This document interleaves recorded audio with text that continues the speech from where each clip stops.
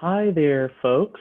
Welcome. Thank you so much for joining us. We are not going to get started for a couple of minutes. We'll wait for people to trickle in, but I'm so glad you all could join us just for a little bit of, I'm sure everyone's done 500 webinars by this point, but just for a little bit of background information.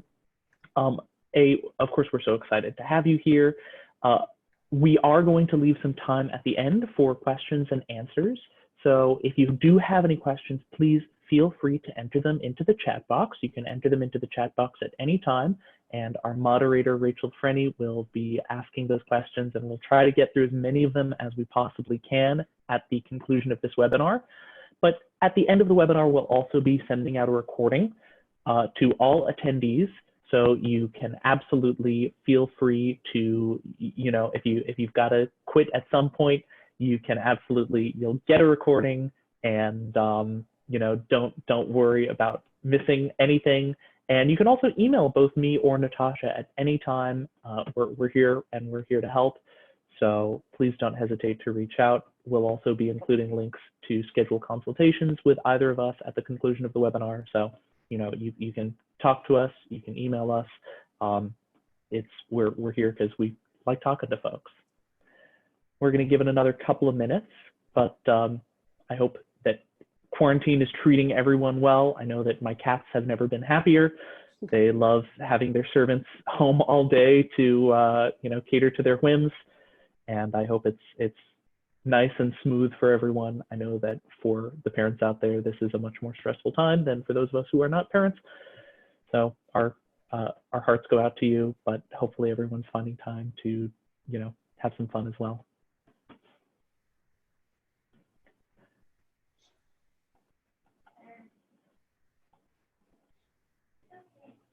So we are scheduled to start at 5. It's currently 5:01. Natasha, what time do you think we should get started? 5:02, 5:03? Folks maybe just 30 more seconds I see some folks still joining here. So yeah, 30 seconds and we can start up. Great. And once we start, of course, the very first thing we're going to do is introduce ourselves, and we're kind of the least interesting things here. We're just the talking heads. So if you miss me talking about myself, you're not going to miss out on too much. You can watch it in the recording later. Critical.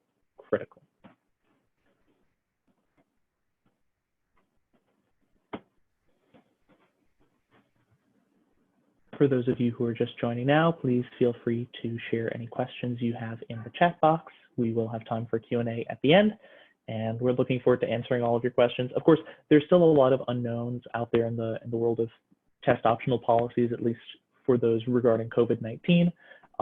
There are fewer unknowns in the non-COVID-19 related test optional policies. So we'll be talking about those as well. And we're all going to be finding things out as time goes on, but we're really excited to share some historical data and talk about what we know and what we know about when we'll find other things out. Do you think we should go ahead and get started, Natasha? Yeah, let's do it. All right, great. So I'll go ahead and introduce myself first. My name is Dory Schultz, and I'm the Director of Tutoring at A-List Education. I did my bachelor's at UCLA, and I just, I love working with students because I really, really love helping students thrive. And it's something that I'm super passionate about. And, as someone who works in the test prep industry, I know how fraught this time is, and it's a particularly fraught year, and hopefully we can dispel some myths and assuage some anxiety and make things a little bit clearer. At the end of the day, if you're applying to schools that are test optional, whether or not you choose to submit scores is a very personal choice, and it's going to be different for every single student, but hopefully this will give you sort of a better idea of where you stand. Natasha? Hi, all. I'm Natasha DeSherpinen. I'm the Director of College Advising at A-List Education. I'm so thrilled that you joined us this evening. We put together a presentation that will hopefully address some of your concerns. Dory is prepared to go full nerd on all test prep things. On my side, I work on the college admissions side, helping students through every aspect of the college admissions process. But we're excited to get started. So Dory, would you want to talk about the agenda this evening? Sure. So really quickly, we are going to be talking about some test policies, defining them, talking about a few exceptions, understanding what schools mean when they call themselves test optional, test flexible, et cetera, how schools are going to evaluate students without test scores. I'm going to talk a little bit about who benefits from test optional policies, and Natasha's going to talk a little bit about who should plan on submitting test scores. And then I'm going to talk about SAT and ACT updates since COVID-19 and recent changes to the tests, what folks should be expecting, what we're expecting. Of course, things still are subject to change. Some differences between the SAT and ACT. We actually decided we were going to cut that because we can talk about that anytime. And then we'll talk a little bit about preparing for these exams should you choose to take them and submit them. Then we'll have a little bit of time for questions and answers for both Natasha and myself. All right, so we wanted to start off with the basic question of what is test optional. And the very simple definition I can give you is test optional is a policy where SAT and ACT scores are not required for the college application. However, submitted scores in this case are still considered. And so we're going to go through some versions of that, but that is the basic definition that we're going to operate with today. So some exceptions to test optional.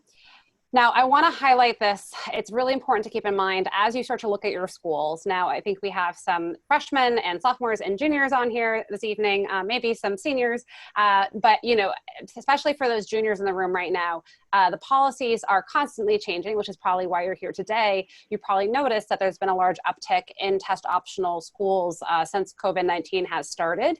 But there's also some other exceptions to test optional policies that I want to keep in mind as we talk about this today.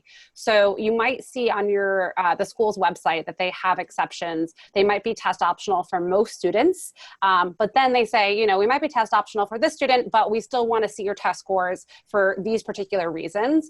And some of those reasons could be if you're applying to a highly selective major, if you're applying to any kind of accelerated or dual degree program, honors program. So if you're looking at, large state public schools like University of Minnesota or University of Massachusetts Amherst, those schools will have smaller honors colleges and they often will ask for test scores.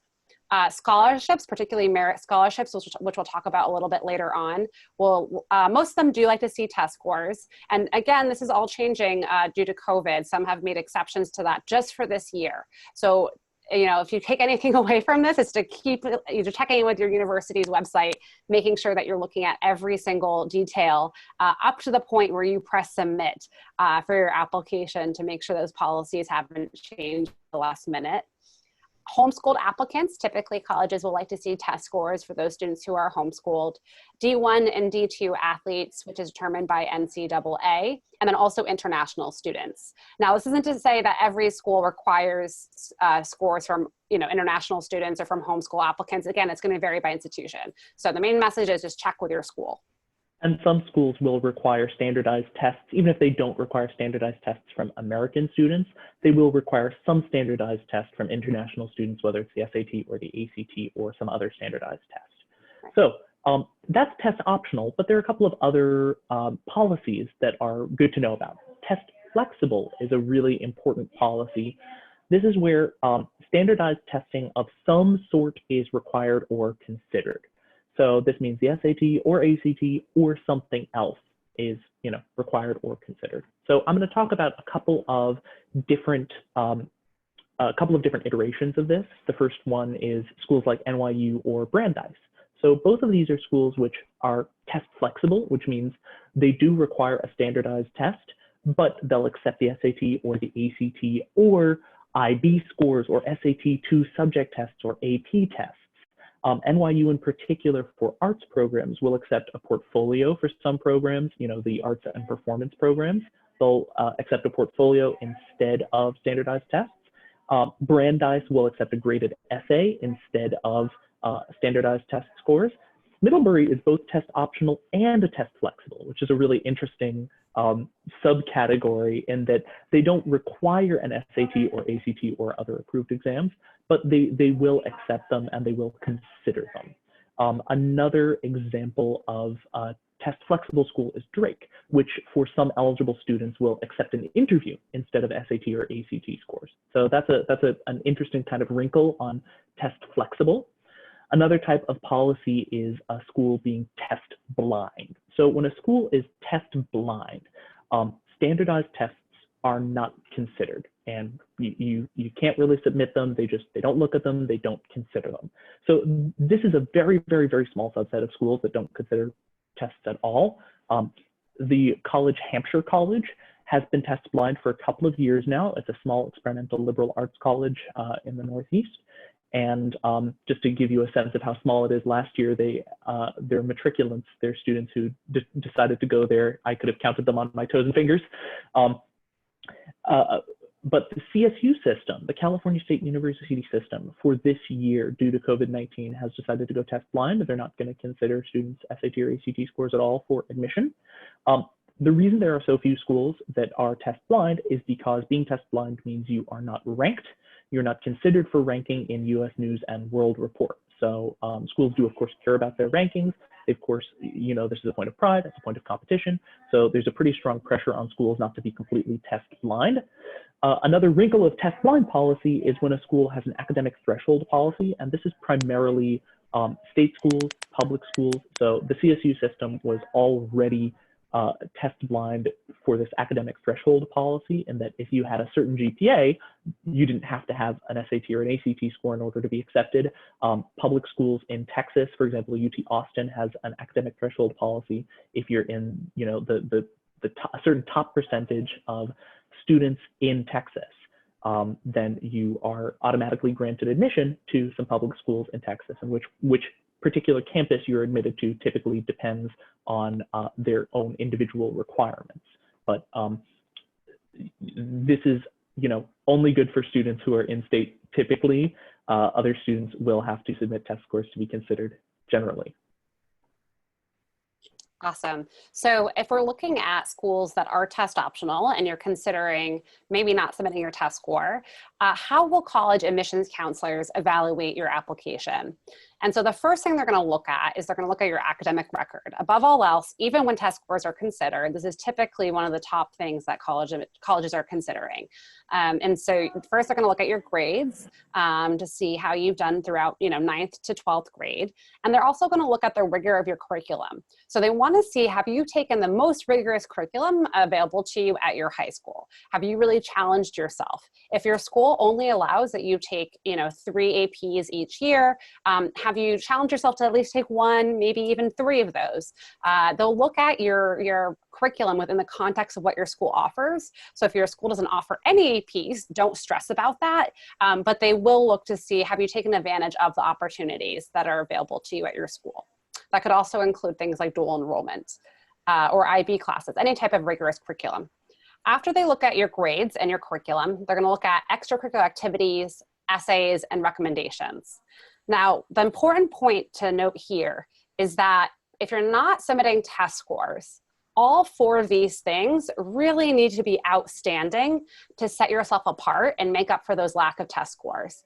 So a metaphor that one of our colleagues likes to use is, if you're in a beauty pageant and they give you the option to maybe not do the talent portion of that beauty pageant, if you decide not to do the talent, then you really need to make sure that everything else that you're doing in that beauty pageant is rememberable, right?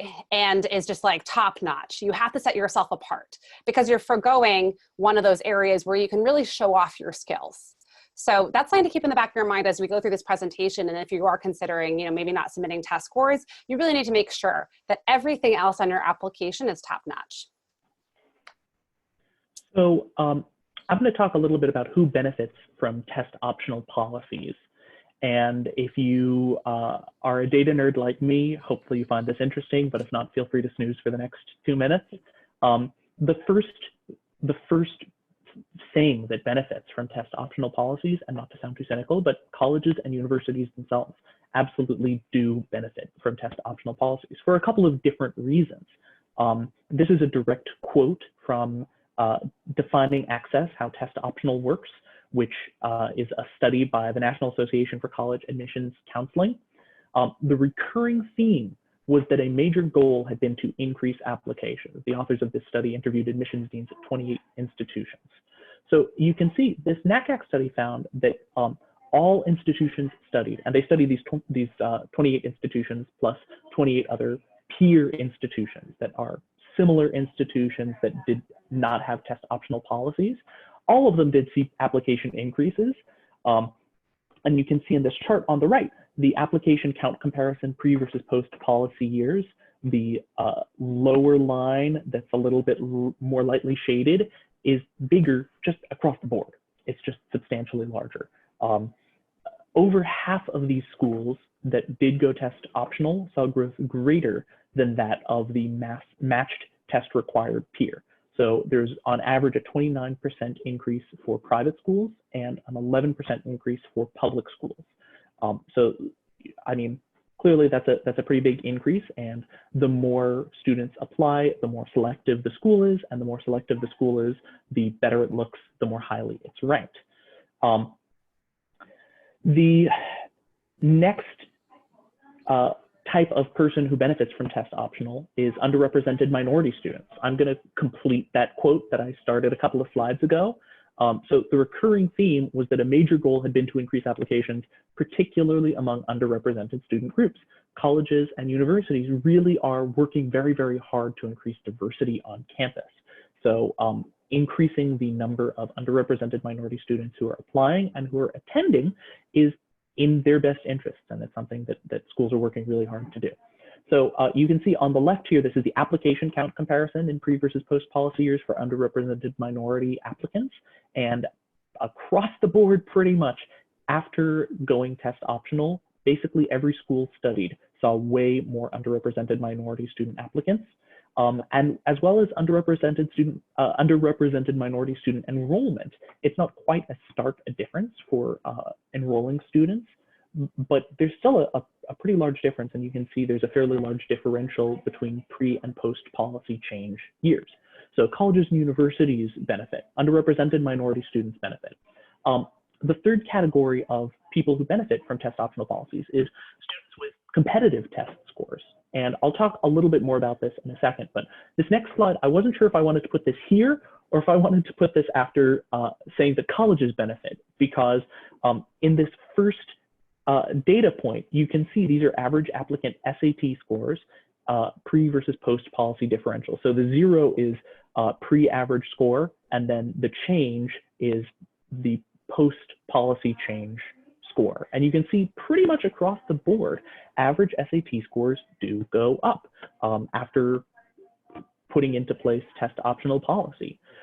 Now, one reason is that, you know, students who don't quite have as strong test scores are not submitting them.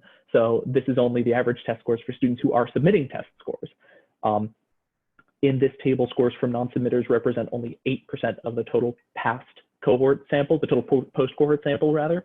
So it's not a huge percentage. You know, this is mostly folks who are choosing to submit their test scores, but only at one of the institutions studied did the average SAT score for applicants go down after implementing a test optional policy. And the next data point is the admit rate differential. So this is non-submitters minus submitters, and you can see 0 would mean there's absolutely no differential. There's the admit rate is exactly the same for students who submit scores or students who don't submit scores. But you can see at all of these schools studied, and this is, by the way, an anonymous study. So all of the data has been, you know, made anonymous. I can't tell you which schools these are because the authors of the study can't tell us, but only at 3 of the schools studied were a greater proportion of non-submitters accepted than submitters. At every other school, ranging from, you know, 20% differential all the way up to, in 2 cases, a greater than 30% differential. Students with test scores were accepted at a greater rate. And that's not even saying these are students with the best test scores. This is just saying it's a known metric, and it adds a little bit more information to their application. And, you know, I think that schools are saying that, you know, oh, not submitting a score, you're considered exactly the same as someone who is submitting a score, but the data, unfortunately, does not really bear that out. The other people who benefit from test optional policies are, of course, students who absolutely can't take a test, whether that's due to family, financial, geographic, or, you know, COVID-19 circumstances. So these are in particular the students that colleges and universities really, really want to have applying because they want more diversity of thought on campus. But students who are, you know, living in a rural area, don't have any tests available to them, students who, you know, have financial circumstances which for some reason mean they can't take tests. These are students who universities want to attract, who are otherwise really strong students and otherwise have all of those things that Natasha was talking about earlier. They have the academic or extracurricular bona fides that make them really attractive to universities.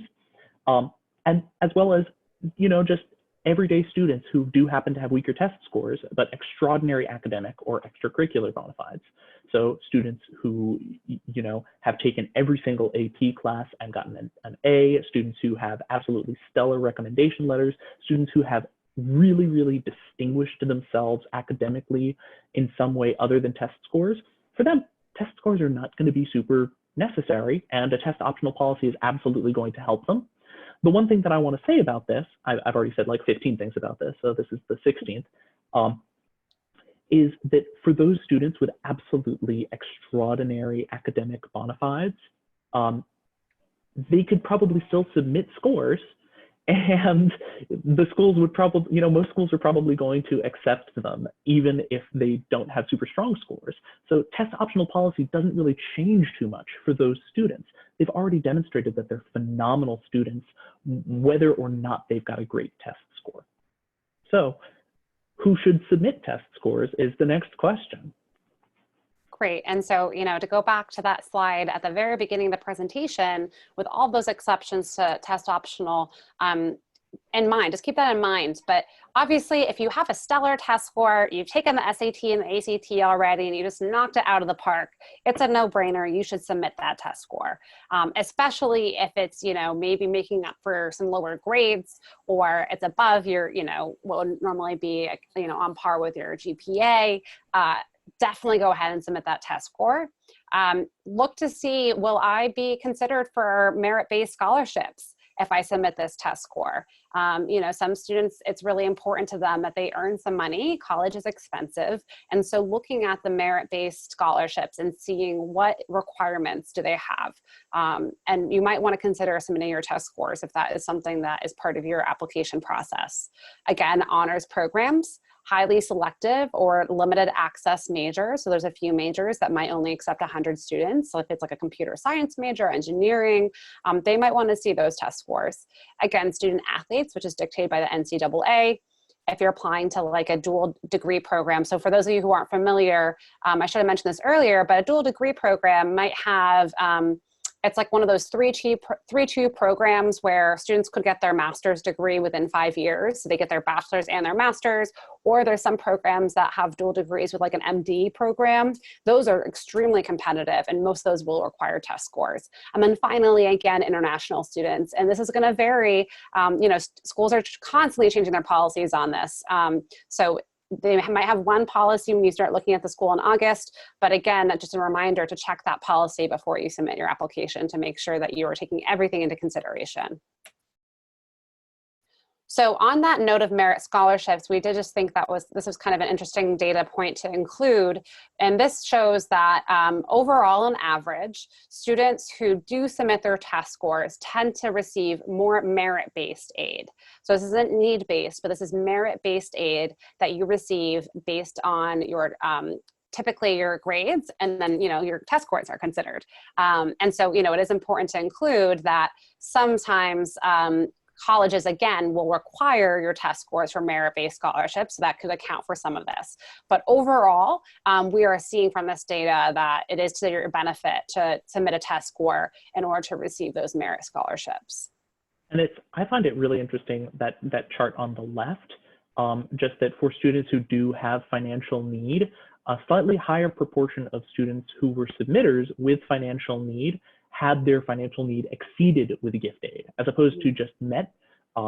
You know, the proportion of non-submitters, there's a higher proportion of non-submitters than submitters whose need was not met with gift aid, a higher proportion of non-submitters whose need was met with gift aid than submitters, but that need exceeded table I find really interesting. All right, and this is just a screenshot of a tool that we use with all of our students when we're building the college list. And so when you're building your college list, I wanted to include this because it's really important to make sure that you're referring to the most up-to-date data. You want to look at the average test scores at your institution to kind of make that judgment call of whether you should submit a test score or not. And in general, if your test score is stronger, quote unquote, than your GPA and class rank, then you probably do want to consider submitting that test score. If it is weaker than your GPA and test rank or class rank, then you might want to leave that test score out. And so this is our tool that we use that creates kind of a suggestion. You can see here it says test optional. It's making a suggestion based on the data they have, which is being constantly updated. But then, you know, as humans, as college advisors, we work with students to make sure that they're considering all the different considerations we talked about today so far in the presentation, because it's not really just cut and dry. It's not like, okay, yes, we can make this decision based on just the numbers. There is sometimes more that goes into that. And so we want to make sure that when you guys are making your decisions, you have taken everything into account. I'm going to go back to nerding out a little bit, so thank you for your patience. Another thing that's really a valuable tool for families is something called the Common Data Set, and this is about 30 pages long. It's a data set that every school is required to make available, every accredited university, and the way that you get to this, it's absolutely open. You just, any school that you're interested in, you Google that school's name and Common Data Set.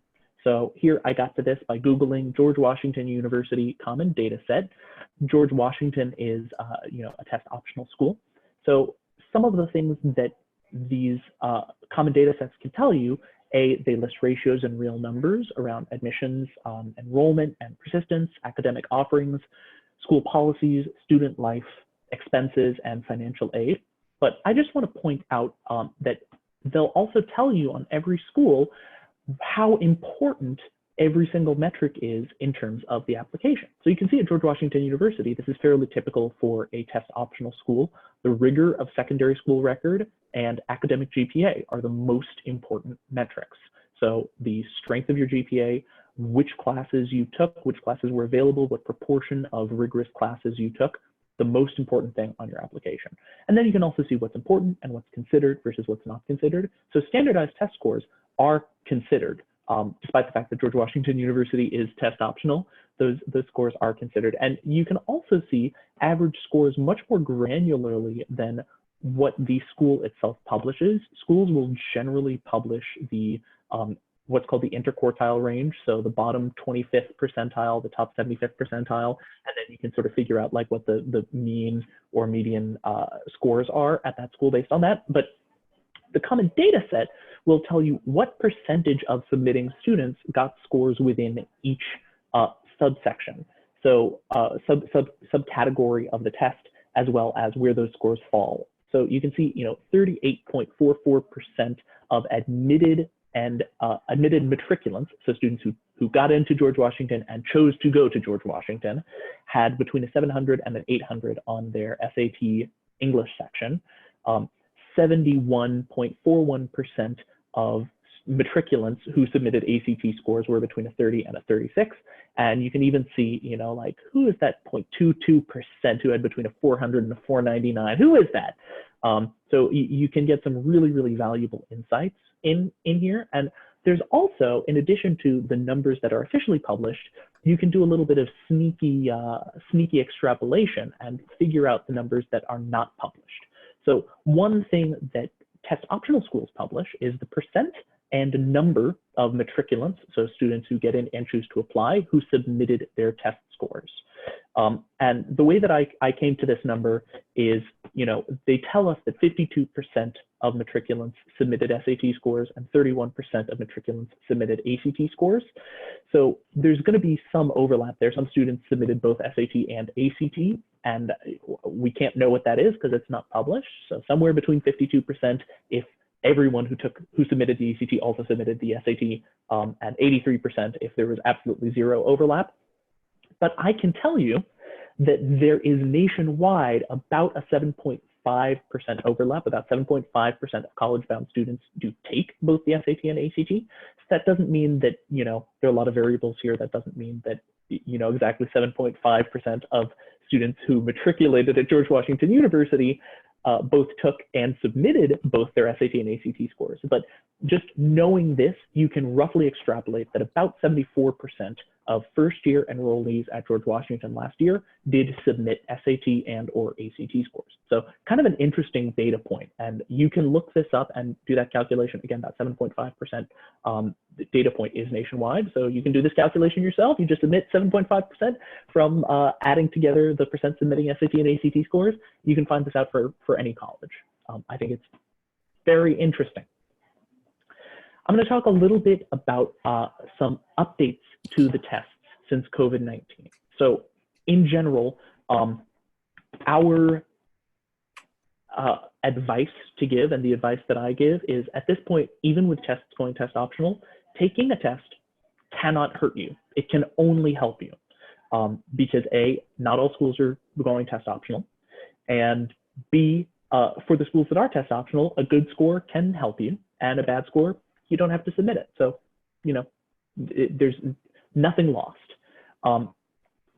Everyone knows many spring administrations of the test have been canceled, and some schools are going test optional permanently or temporarily. What you might not know is the easiest way to find that list. And there's a website called FairTest.org. The link is right here, FairTest.org. You can just go to that website. You don't have to go through this entire link in order to see schools, A, that are test optional period, as well as schools that are test optional just for this upcoming admissions cycle. On the ACT front, by May 22nd, ACT will announce changes to the June test administration. So sometime in the next couple of weeks, ACT will announce changes, if any. Right now, the June ACT is still happening on a national level, and the ACT is leaving it up to the discretion of individual testing sites, whether they want to hold the test or postpone or cancel or reschedule the test for the following weekend. But of course, all of this is up to the, what the CDC says, and things are subject to change. But as of now, the ACT has fairly high confidence that July is absolutely going to happen, and most students are going to be able to take the ACT in July.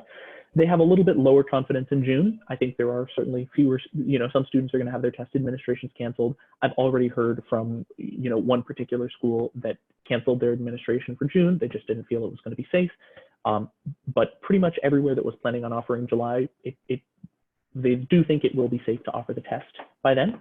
The ACT also means to launch online testing in September and remote, potentially at-home testing if necessary at some point in the fall. That might not be quite in September. That might not be until the October test.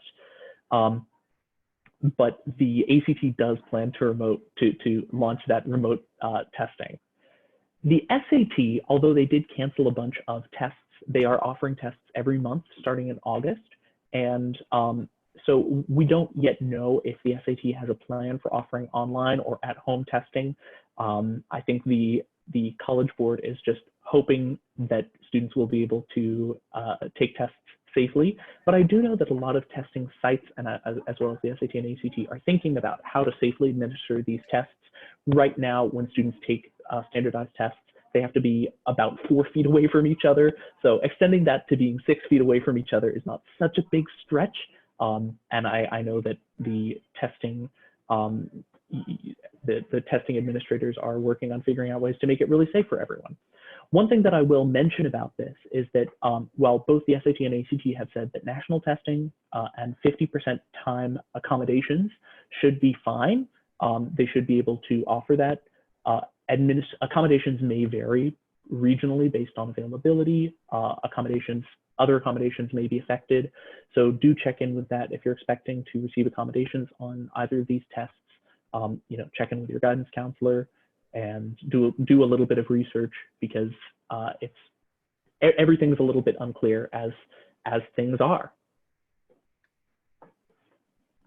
Awesome. Thanks, Dory. So, just to reiterate, fairtest.org is a great resource. They're constantly updating it. I've also included a link here. I shortened it for you guys, but you can take a little screenshot of it. That is a link of schools. If you just want to see the schools that have gone test optional due to COVID-19. So since this all started, we went into lockdown. Those are the schools on that little link that have made that decision based on COVID-19. Some of those schools are just doing it for a year, some are doing it for 3 years, and some are doing it permanently.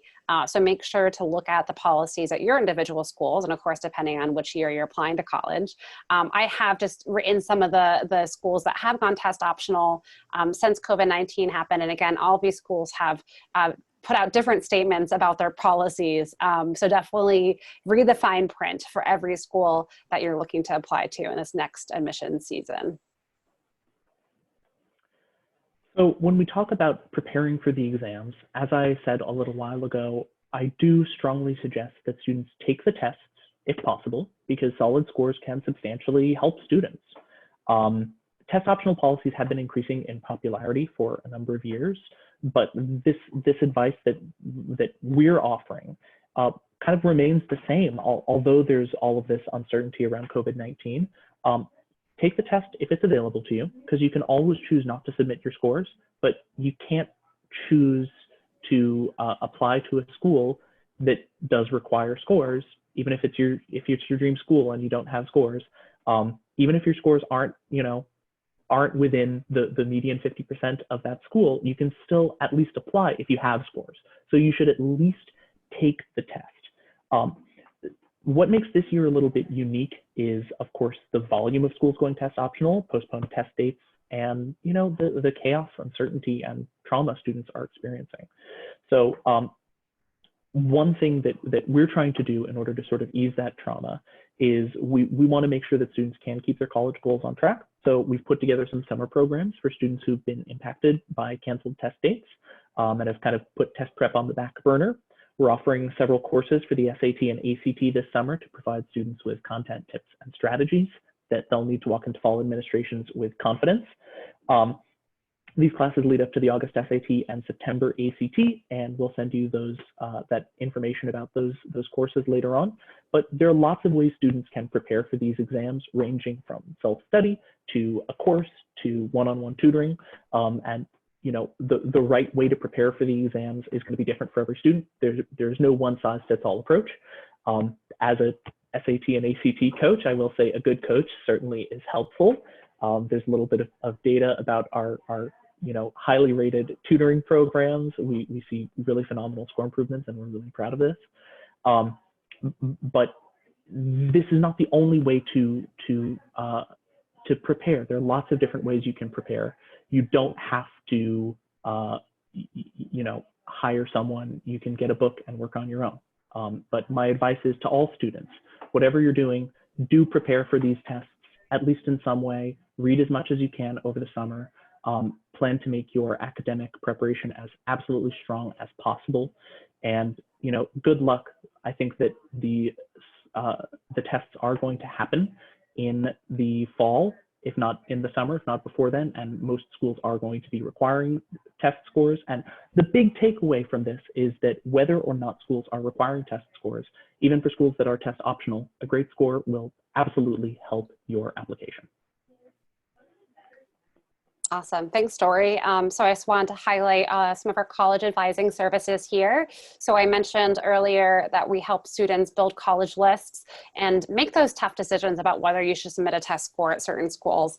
And it's not, again, going to be a statement that you can make for every single school and just decide, I'm not going to submit test scores. There might be some schools that it actually will really help you.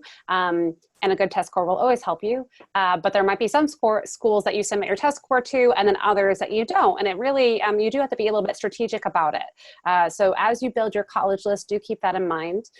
We also work with students on every aspect of the college essay writing process. So helping them brainstorm, identifying that really compelling topic that's going to set you apart, and helping you edit every part of the essay, whether it be the personal statement or the supplemental essays. And then we help you with the Common App, the Coalition app, the individual Apply Texas app. Whatever app you got, we got you covered. The other part that we help with is when students submit, helping with interview prep, and then deferral and waitlist strategy. So if you have questions about the admissions process, specifically, well, really any question, but particularly in this year where things are definitely going to look a little bit different this fall, please feel free to schedule a free consultation with me. I'm happy to answer any questions that you have about the college list, about essays, really anything. I love talking about this. So I really welcome some conversations with you all. And then the last thing I'll say is that we also are offering some summer workshops specifically for college advising. So we have in July and August, one workshop will be just on the college essay. So if you feel like you really need some help with that main personal statement that you're sending to every single school, we'll do a 4-week program just on that main essay, and you'll walk away with that essay completely done. And then the second workshop we're offering is for basically everything else besides the essay. That will include the Common App, your activities list or resume, and any other supplemental essays that you might have. So, reach out, schedule a session with me if you're interested in learning more, and you also will get some more information in your inbox about those opportunities. And now We're really we have thrilled, yes, to open up the floor to questions and answers. I see we've already gotten some questions, but please type in your questions if you have more, and we'll start answering these ones immediately.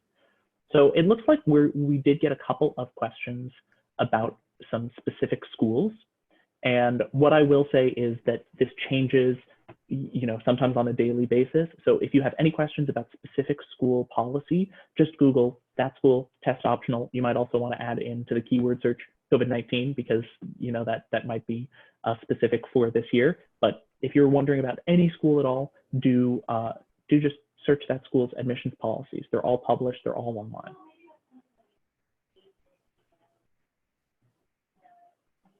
Someone else asked, will the SAT be offered online, and is the ACT offered online? So the SAT, it's still to be determined if the SAT is going to be offered online. I said this, I think, a little bit earlier, but the ACT is definitely going to be offered online, and that might mean that students are going to a testing center and taking the ACT, and they're going to figure out some way to make that, safe and secure and very, very clean. And it might mean that the ACT is offered online in-home. There are a couple of different options for in-home standardized test taking. I know that the GRE is offering in-home standardized test taking. So that's something that I know the ACT is exploring. The SAT is a little bit further behind the ACT in terms of offering online testing, but it is certainly, there's certainly a chance that they're going to make that happen if that's not, if it isn't safe to do in-person standardized testing. Someone asked, what if you aren't the best test taker but get average grades? This is a toughie. Natasha, what would you say? Sorry, I was reading through all of them. Can you repeat which one you're asking about? What if you aren't the best test taker, but you get average grades? If you aren't the best test taker, but you get average grades. Well, first, you need to write like a really top-notch essay.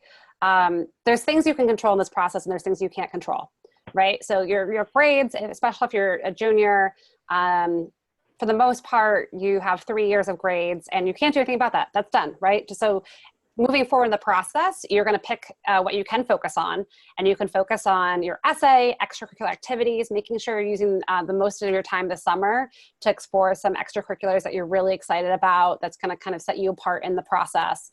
And then also, think about finding schools that are going to be a good match for you. So there's going to be a school for everyone, depending on what your grades and test scores are. And so making sure that you're being really thoughtful when you're creating that college list. But my biggest piece of advice is just control, focus on the things that you can control at this point. And if you're not a good test taker, practice makes perfect. continue to work on it. We do still have plenty of time before those tests that are coming in the fall. You do still have time before the applications. And so continue to try to reach that goal score. And I know that once you hit the fall, you'll have everything in place to be able to submit an application that you're proud of. Absolutely. And, just to piggyback off of what Natasha said, my career is based on the fact that people can improve at these tests. So if you're not the best test taker, you absolutely can get a better score and differentiate yourself that way. It looks like somebody else asked, have colleges indicated that test optional is a permanent decision, or will they go back to test required in 2 to 3 years? So this very much varies from school to school. There are some schools that have said we're going test optional for just this admissions period. Some schools have said they're going to go test optional for maybe 2 or 3 admissions periods. And a very small subset of those schools have said they're going test optional permanently. But there are some schools that have said, like, we were going to go test optional anyway, and this is just sort of push the needle, and we're just jumping ahead on that plan. So that's absolutely the case for some schools, and you can find all of those on FairTest. Someone asks, do I need to be a US citizen or resident to get accepted to a college? Natasha, you want to take that? Absolutely. So depending on, I'd want to know a little bit more information, but from what I have, not to be accepted. You can definitely be accepted to college. Where that comes into play is if you qualify for financial aid for the school. And so if you're looking for financial aid, you do need to be a US citizen to be able to get federal financial aid, but you could still get merit scholarships from schools, and they can give you institutional aid. But you certainly do not need to be a US citizen to be accepted to a school. Someone asks, do colleges still look at senior grades? And I'm happy to start there that yes, colleges are going to be looking at senior grades. And I think colleges are going to be looking at senior grades even more strongly this application period than before, because there's so much uncertainty. So for students who have already been accepted to college, they're probably fine. I mean, obviously don't fail any classes at this point. If your school's gone pass fail, you don't want to get any fails on that transcript. But for current juniors, I think schools are going to be looking very, very hard at senior grades next year, because there's so much uncertainty right now at the end of junior year, which is generally sort of the most important time for grades and the thing that colleges look the most strongly at. So that metric is going to be a lot less meaningful for this year's juniors. So that means next year, I think schools are going to have a much clearer idea of how to grade and how to, if there's any online instruction, how to grade that. Those grades are going to be a lot more meaningful to schools. Natasha, would you agree with that? Absolutely. Yeah, definitely. We're getting so many good questions. They're just coming in.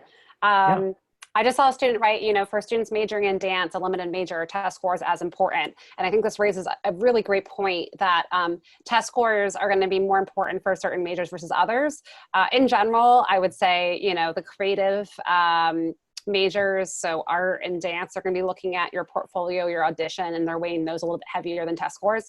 Some schools won't even require test scores specifically for those programs. In fact, at certain schools, those are the only programs you can apply to the college without test scores, because they're more interested in your skills with dance or art than they are with how you test. On the flip side of that, there's certain majors where they care about those test scores even more. So for example, a business major, they might be looking at your math a little bit more heavier than they're looking at your other subjects. So keep that in mind. Depending on what you want to study, your test scores might have more weight or less weight. And I just saw, sorry, real quick, sports management, that would usually fall under the business school. And so most programs in business are going to want test scores. But again, there's plenty of test optional schools that have business programs, including sports management, that no longer require test scores. Someone just asked that they said they're a junior and they're having a tough time building a resume. Any advice? And that's a really big question, and it's a really great question. And unfortunately, it's going to be a different answer for every single student. That's really going to depend on you and what your skills are and what you're spending your time doing during COVID-19 and during the summers. But I know that for a lot of students, the opportunity to have what we would consider a job, that's absolutely something that schools take into consideration. And if you can't take on a job that you've had earlier in your high school career, or you had a job last summer, but you can't have that same job, I would urge you to think really, really hard about how you're spending your summer and make sure that you're spending it in a productive way, either academically or intellectually or extracurricularly. If the extracurriculars that school has planned for you aren't working, is there anything you can organize? Can you organize a club on Zoom? Can you take on a leadership position amongst your friends group or within your school in order to sort of make up for the extracurriculars that were already planned? Awesome. Yeah. And I saw another one that was about, if your extracurriculars are canceled all, throughout the summer. We actually did an entire webinar on that, the very topic about what to do this summer if things are canceled. So I'm not going to go into everything because it was an hour-long webinar. But what we can do is if you get in touch with us, I can definitely send that recording over to you. I'll write my email in the chat box, and anyone who is interested or has additional questions can feel free to reach out to me directly, and I'm happy to share that information. We've got time for a couple more questions. There's another interesting one.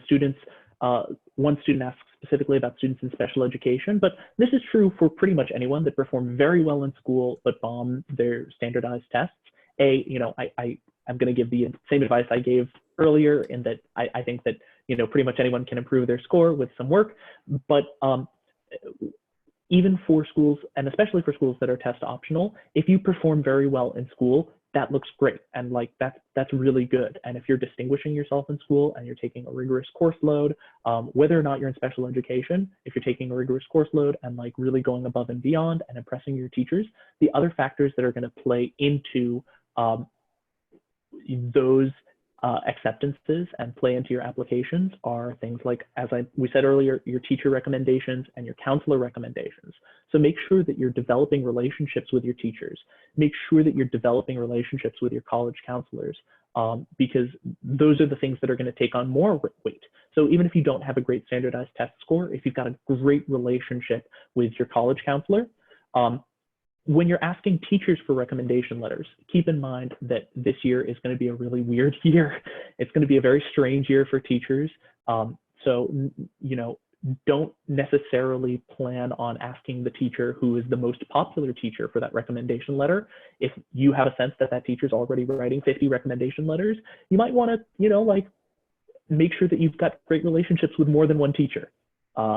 If you put all of your eggs in one basket, make sure that you are cultivating those relationships and doing your best academic work in whatever class you're in. Awesome. Oh, I have a couple that I really want to take. These are so good. Yes, please. We've got a question from Natasha, great name. For colleges, does it look better to take part in multiple extracurricular activities or few for an extended period of time? And value, quality is always better than quantity. So if you have a couple that you've been really dedicated to, that is going to look much more impressive than if you just have a laundry list of activities that you maybe did for 2 hours on a Saturday your freshman year.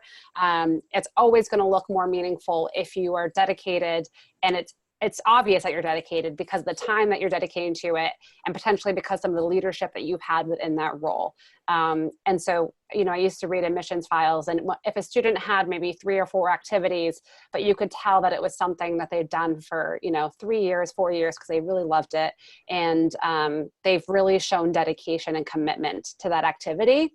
I was much more impressed with that than a student who, listed out 10 and it was like community service day for an hour in 10th grade, So definitely quality over quantity in that case. And remember, everything counts. So family responsibilities count if you have a job, if you have an independent project that you've been working on, which is one of the things we talked about in our last webinar about what to do this over the summer.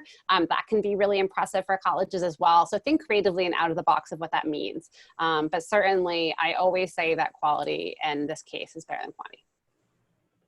And another thing that I've heard Natasha talk about a lot, I don't want to steal your thunder, Natasha, but it also depends on where you are in school. So if you're a freshman year is a really, really great time to be exploring lots of different extracurriculars. And, again, of course, my heart goes out to everyone who's in school and out of school right now, because this is a really stressful time. It's really hard on freshmen, but use this time to discover some new interests.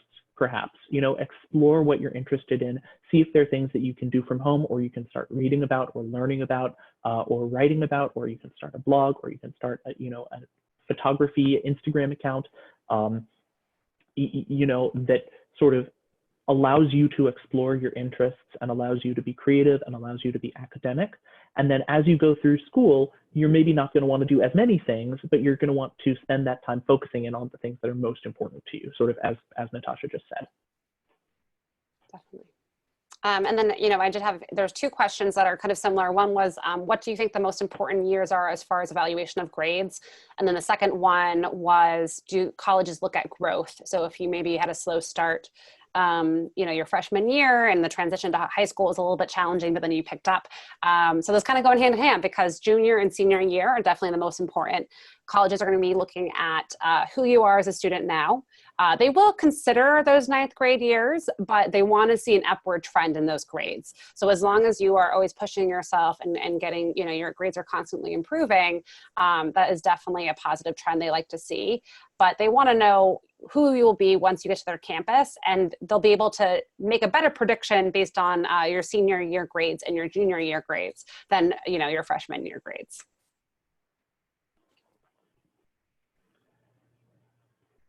We had said we were going to keep this to an hour. We're just about at 55 minutes. We're at 54 minutes. Natasha, is there maybe one more question? Do you want to answer? I'll take one more. It looks like there's one more. Someone asks, would honors classes be considered as rigorous, even if it's just one, or would that be considered average?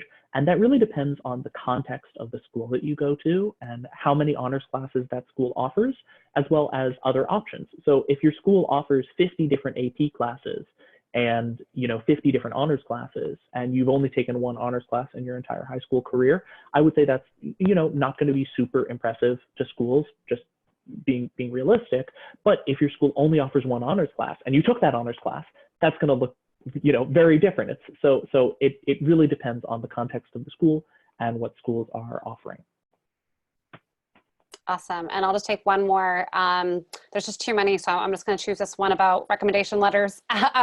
So what is a good amount of recommendation letters? So I always recommend you want 2. So no matter what your schools require, you'll see some universities don't even require recommendation letters, but most will accept them. So even if it's not a requirement, if you're having them, you're having your teachers write those recommendation letters for your other schools anyway, you might as well submit them to those schools if they'll accept them, even the ones that don't require. So I say, 2. From teachers. You should get 1 from your school counselor. And then if you want someone who can speak about who you are outside of the classroom, it could be a coach, it could be a boss, a mentor, then you can have 1 more, but I really wouldn't exceed 4 total. So you got that 1 counselor, the 2 teachers, you could add a 3rd teacher, but only choose that teacher if they can really say something different than what your other 2 teachers are saying. Maybe it's like a debate teacher, right? Like an extracurricular elective class that can show a different side of you. Once you get beyond 4, college admissions counselors are busy. They usually, on average, will spend about 12 minutes per application. So they have to get through everything within that time. And certainly they cannot have the time for, more than 4 recommendation letters. So don't go crazy with it. But I would say 2 teachers, 1 counselor, and then that 1 additional optional one if you feel like you have someone special that can say something unique about you. In general, thank you all so much for attending. It was such a pleasure to hear your questions. We had a lot of great questions. I hope you guys found this webinar useful, and I hope you do take advantage of all of the resources that are available to you, whether that's fairtest.org, whether that's the Common Data Set, whether that's emailing Natasha or myself, or scheduling a phone call with us. As we said, we're both here to help, and happy to talk to folks. Natasha, any last words? No, I wish you all luck. I know this is actually it's a scary time, right? Because there's so much uncertainty about what the fall is going to look like. But I will just say, stay the course. College admissions counselors, I always like to remind students, are humans just like us. They're also at home with their dogs and their kids and trying to work and figure out what is happening in this world. And at the end of the day, they're going to show a lot of grace and flexibility this year with how they read your applications. In fact, I'll just mention that the Common App just added They just announced that they added a separate additional essay. It's optional, don't worry. If you don't want to write it, you don't have to. But they are allowing for 250-word additional essay in the Common App to talk about how COVID has impacted you, whether it's impacted your school, how you receive your education right now, or your family. And so they're interested in learning, how has this impacted you? And they're going to take that into consideration when they review your application. So don't panic, stay the course. It's going to be okay. And if we can support you guys in any way, please feel free to reach out. Thank you so much for joining us this evening. Thank you very, very much. Have a great night, y'all. Bye.